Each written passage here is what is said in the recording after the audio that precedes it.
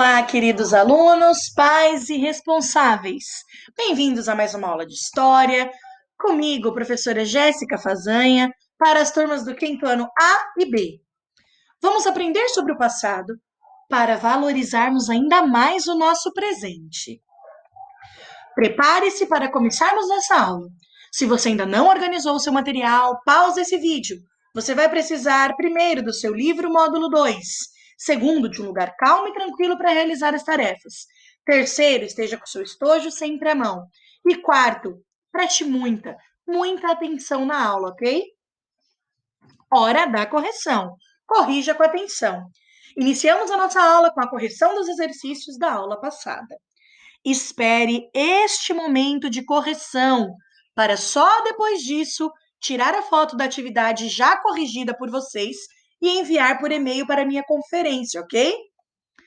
Pegue seu livro didático e abra na página 252 de História. Acompanhe a correção com muita atenção, ok? Não vou fazer a correção da 251, porque estava bem fácil. Era só localizar as imagens e circular. Então, vou começar pela 252. Momento da correção. Siga as orientações da professora, pause o vídeo e vá conferindo as suas tarefas. Não esqueça da letra maiúscula no início das respostas. A número 1 pedia para que você lesse um trecho do texto e depois respondesse as questões A. Quem eram os principais trabalhadores das minas no século XVIII? Os principais trabalhadores eram pessoas africanas escravizadas ou eram os escravos africanos, ok? B. Explique o que é o chamado ouro de aluvião.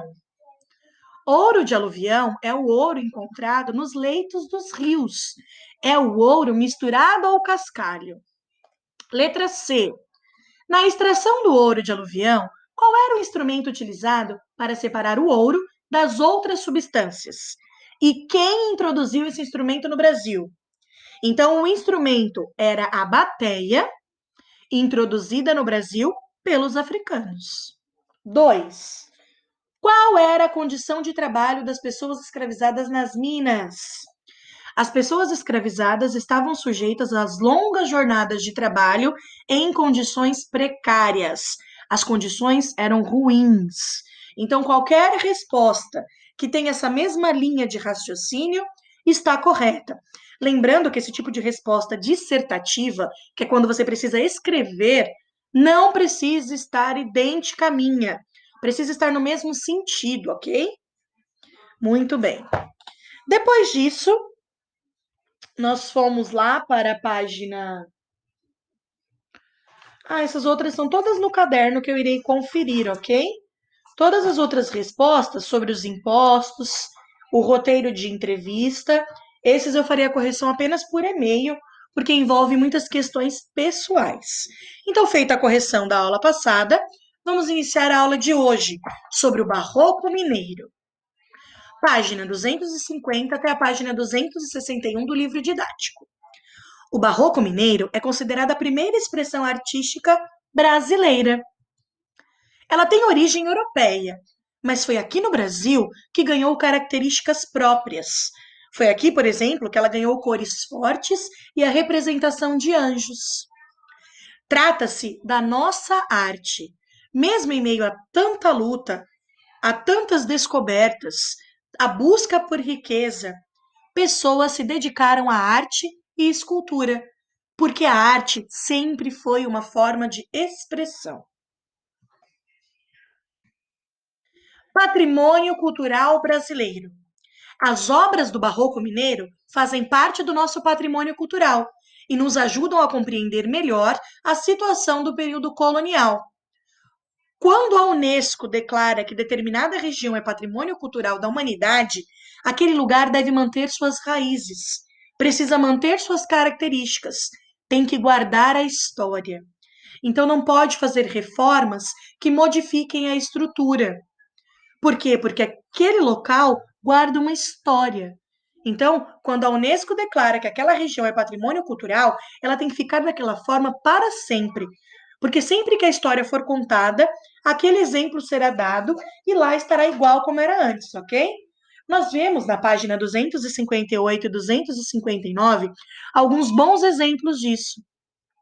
Nós vemos o centro histórico da cidade de Diamantina, lá em Minas Gerais, que foi reconhecido como Patrimônio Mundial pela Unesco no ano de 1999.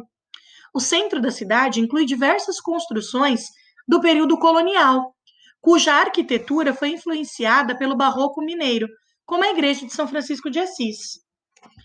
Depois, nós temos na página 259, em Salvador, na Bahia, que foi a primeira capital do Brasil, a sua estrutura urbana, ela recebeu um investimento maior do que as demais vilas no início da colonização portuguesa.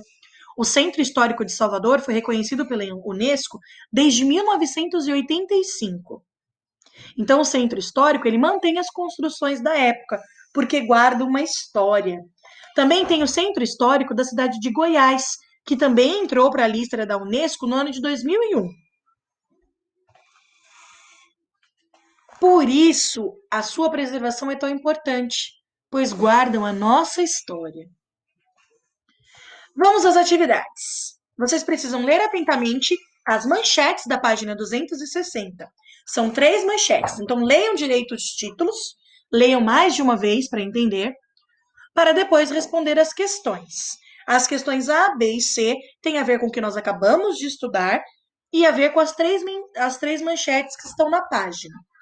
Na página 261, é preciso ler e revisar essa página, que ela resume os conteúdos que nós trabalhamos neste módulo. Por hoje é só. Muito obrigada por sua participação, um beijo carinhoso cheio de saudades e até a próxima aula. Tchau, tchau!